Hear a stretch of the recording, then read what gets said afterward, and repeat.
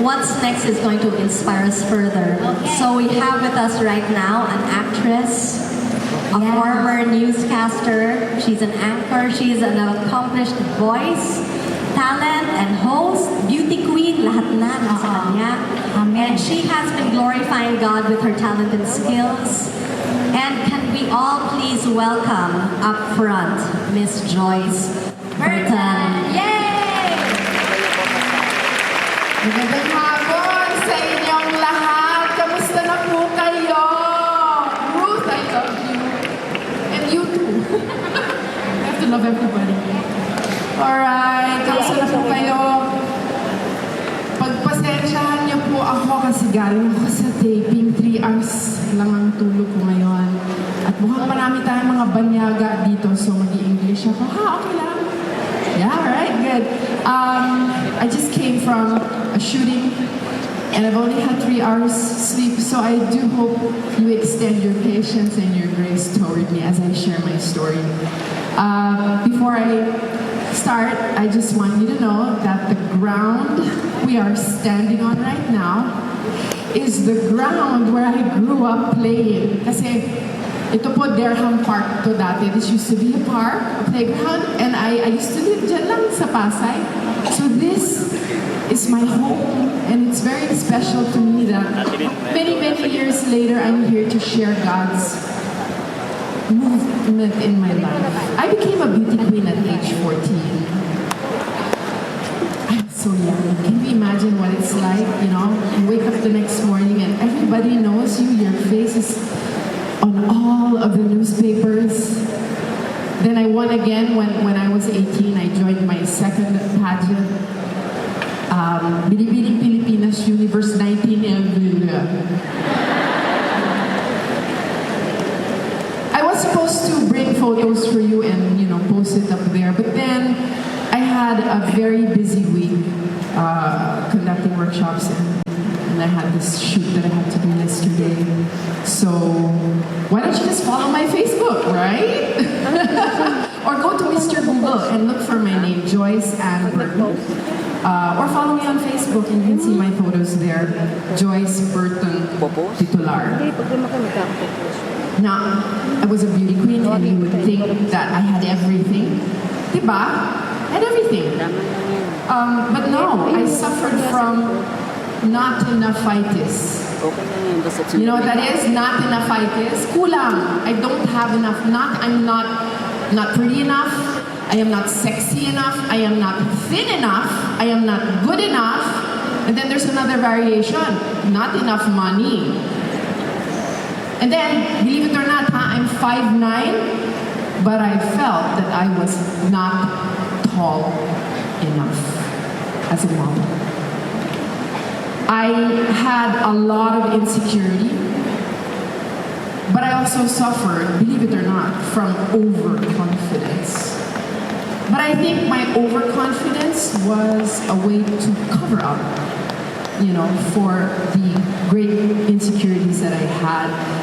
These insecurities led me to become bulimic and anorexic for years. So I went through that, and it lasted until my 30s, because when you get started, into that, not naman 30s, but late 20s, when you get started, even if you want to stop because it's what your body is used to, you form the habit, it is difficult to stop. But praise God, that is over.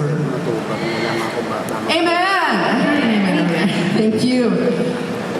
This overconfidence is what actually ruined my career in the beginning. I'll tell you a few stories. I was picked up by Chicks to Chicks. Who remembers Chicks to Chicks? Diba? Nova Villa, Freddie Webb, Carmi Martin, Maria Teresa Carlson, Si Ako Si Ikaw. They picked me up. This was a big comedy show and I was part of it and I was one of the mainstay girls there. But you know what I did? I got arrogant.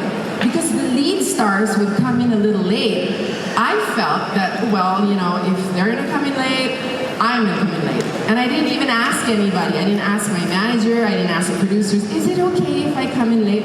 So I started coming in late, and then really, really late. And then so finally they fired me, and I gall to get mad at them. Ako pa yung galit. The second thing, who remembers Discorama? Wow! Maraming ano dito ha? Mga 80s babies and 70s babies kayo ha? Discorama, host doon yung Apo Hiking Society. And oh my goodness, I had the worst mistake on TV. The floor director grabbed me and said, Joyce, do you know the story of the turtle and the hare? And I'm a bookworm. I read a lot of books. Yeah, I know that story. So he goes, can you summarize it? Stand here in front of the camera and summarize it and then introduce the next performer. And you know, I was really overconfident. I can do this. And those were in the days nung wala pang teleprompter. But TV was already colored. I'm not that old. TV was already colored, but we had no teleprompter. So, you know, I had to like use my brain and like, what was the story again? So when the floor director gave the signal that we were on the air, the commercials were over, and they go like that, she goes like that, and I was like this, hi, welcome back to Discorama, and I'm here to share with you the story of the turtle and the hare. So there was this turtle, and there was this hare, and then my mind went blank. And I was just staring with my mouth wide open. Flies could have flown in there and I would have realized they were so big, you know? And so when the director realized this woman or young lady is lost, he just went to the next performer. But I was 18, and do you know what that can do to an 18-year-old, that you make a mistake that big? I'm laughing about it today, but at the time, I was so traumatized by that mistake. For 11 years, I refused to accept hosting jobs. That was, and thank God there was no YouTube. Because if there was YouTube, everybody would be playing my video and laughing at me, right? That's why the next time you go to YouTube and you see some dumb thing going on, please don't think that that person is dumb. They just maybe made a mistake like me. So thank you, Lord. There was no YouTube at the time. Amen.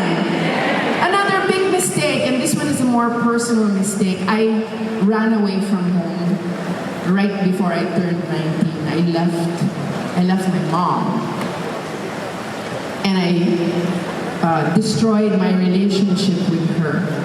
And I was only 18, so she was my manager. Now that I left her, I was managing myself, and oh my goodness, can you trust an 18-year-old to make wise decisions? No, not me. I got pregnant right after that to my first child. But he's a blessing, of course. Thank you, Lord. I did not finish any degree. 0. And I partied a lot. But I did read a lot of books, so that I hope made up for it. And then my career was just really going down because of all of these wrong decisions. And then I think I was in my mid-20s, and that's old in the day. If you're 25, that's old for a fashion model. 23, 24. Now it's different. The top model in the Philippines, she's about my age. I will not say. But our top model is my age, Binibining Pilipinas. So I got called to do an audition for a TV commercial for a hotel in Hong Kong. And I made it all the way to the finals, and then we were 2 girls standing. So they made me come in and they said, okay, we're choosing between 2, you and this girl. So she went in, spent 30 minutes in there, and while I was waiting for her to finish, her audition, I was praying. I wasn't a Christian then yet. I was praying. I was saying, Lord, if I get this job, this means 4 months of food for my kids. I had 2 little children already by then. I need this, Lord. I really need this job. And so they brought me in and I did my audition, and they said, come back at 8 p.m. Kasi wala pang cellphone noon. Kaya ang daming wala. So they couldn't text me because there were no cell phones then. So come back at 8 p.m. and then we will tell you who we chose. So I came back at 8 p.m. and I was so confident that I was going to get it, but I also was like, no, I don't think I'm going to get it. You know what I mean? So I show up, and guess who they chose? Yeah. They chose the other girl, and I'm supposed to be the beauty queen. I'm not supposed to be first runner-up. I know this kind of sounds silly, but it hurt me so much, and I just said, God, you don't love me. You don't care for me. And I was telling him things like that. Silly child that was. And I was so hurt by that. I took it so personally. I left Manila. I took a job in Davao City. That's how hurt I was.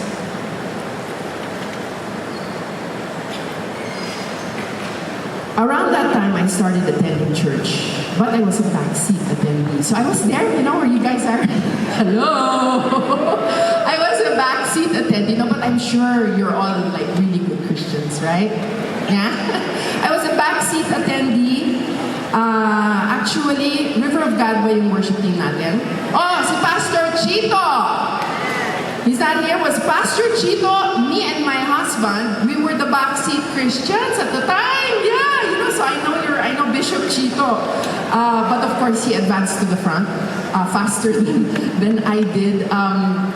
Eventually, I did return to Manila, and for about 3 years, I attended church. And every time the pastor would say, who wants to come forward, raise your hand, receive Jesus, blah, blah, blah. My right hand is gonna go up, but my left hand, no, really, it was this battle within me. But I'd been going to church for 3 years. So I was back in Manila, I was doing radio. My husband's a radio guy, and he had trained me. I was a DJ for a radio station by that time. One of our fans came over and asked about Jesus and stuff. And so I said, hey, you know what? I'll bring you to church. I'll bring you to this church called Victory Christian Fellowship. I've never been there, but I heard they're really good and they're closer to you, so I'll bring you there. So we went there. And it was Pastor Steve Merle who was preaching. And I was standing there, and then I was kind of peeking. Her name's Eleanor. I was kind of peeking at Eleanor. And I was shocked. She was crying. And then when Pastor Steve Merle, and I remember he was talking about My Way, the song by, who's that old guy, Yeah, there, Frank Sinatra. I don't know him. So, she's crying. And then when Pastor Steve said, who wants to receive Jesus? Come to the front. You know what Eleanor did? She ran to the front. This was her first day in church, and I had been going for 3 years. Oh my goodness. It's so embarrassing. And I realized what a huge mistake it was to not surrender fully to Jesus and to be like this.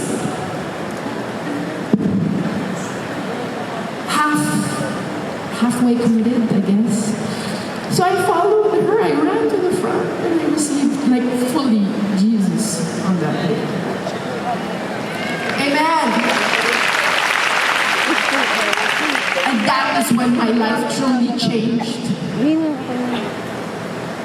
Not when I became a beauty queen, but when Jesus became my king and my everything. Jesus alone made me complete, happy, at peace, and satisfied. I didn't need my own career. I just had Jesus. I was fine. What happened next in my life, I did not expect. Because God slowly started fixing all my broken dreams. And here's what's really strange. When I surrendered, I realized 2 great things. Remember the not enoughitis? Yes. Number 1, I am not enough. And that's okay, because number 2, I am enough with Jesus. I am enough with Jesus. And one by one, God started to repair my life. He literally raised back my career. He raised it back to life. Amen. So let me just share with you some of the awesome things he's done in my life. So I developed the fear of public speaking, right? Because of the big TV mistake. Well, guess what? I became a radio DJ, a radio newscaster. I went on to be a newscaster for ABS-CBN when it started. Nung nag-reformat sila from Sarimanok News Network, several hundreds of people auditioned for that, and I made it as one of the 6 new anchors. And I overcame my fear of auditioning. That was also a big trauma for me. After Jesus came into my life and I just started understanding who I really was in Him, auditions didn't scare me anymore. An audition is just like a job interview for a talent like me. So I started going to all these auditions, and even if they didn't get me, it didn't bother me. Why? Because I am enough with Jesus. Right? 2 years I was auditioning for voiceovers. Nobody was getting me, but my smile was big. Why? Because I am enough with Jesus. So I just kept on auditioning. Finally, they got me, and now I am a professional voice talent. It's what I do. I have a studio at home. Thank you to the training, by the way, that my husband gave me. He's my trainer. Where is he right now? Sweetheart. I hear you. I hear your voice. I can't see you there.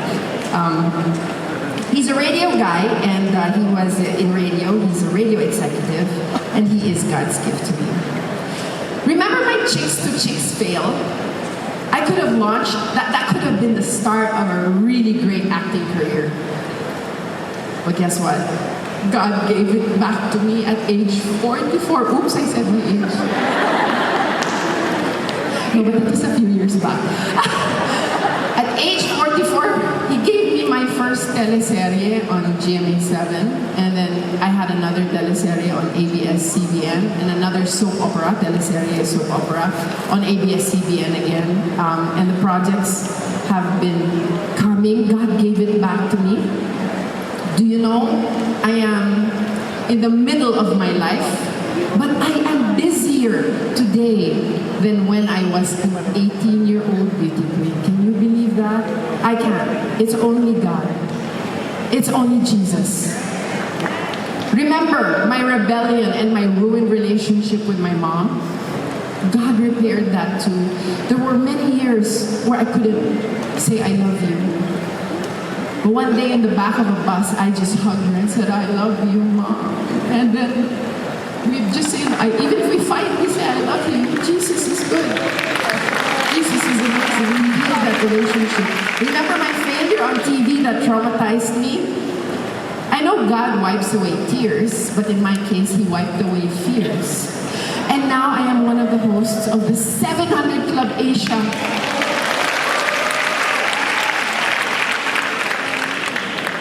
And I thought that dream was in the past.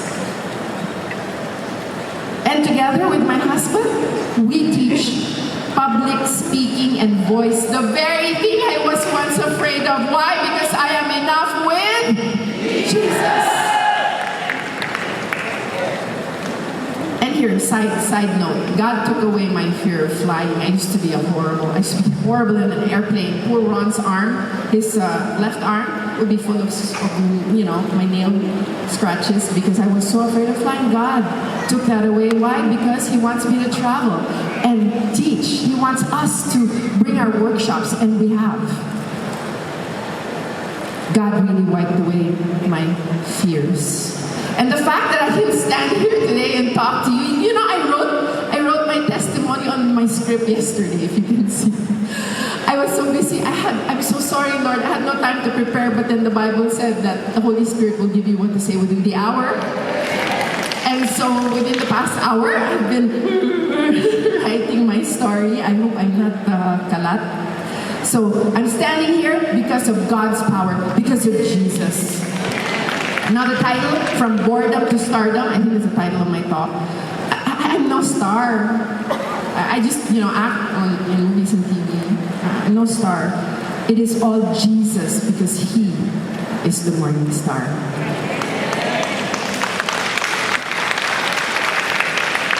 Just one last thing. if you suffer from nothinitis, and you can be a Christian and have just this one thing in your heart that you feel you're not enough or you don't have enough of whatever it is, I just want you to pray and ask God to show you. Because sometimes we can hide it. Well, people are good at hiding. If there is anything in you that is making you feel like you're not enough, I ask you, whether you're a Christian or not, offer it up to Jesus today. And if you aren't a Christian yet, don't be like me. Don't wait for 3 years to taste and see that He is so good. Jesus, He is my morning star, and because of Him, I am enough. Thank you.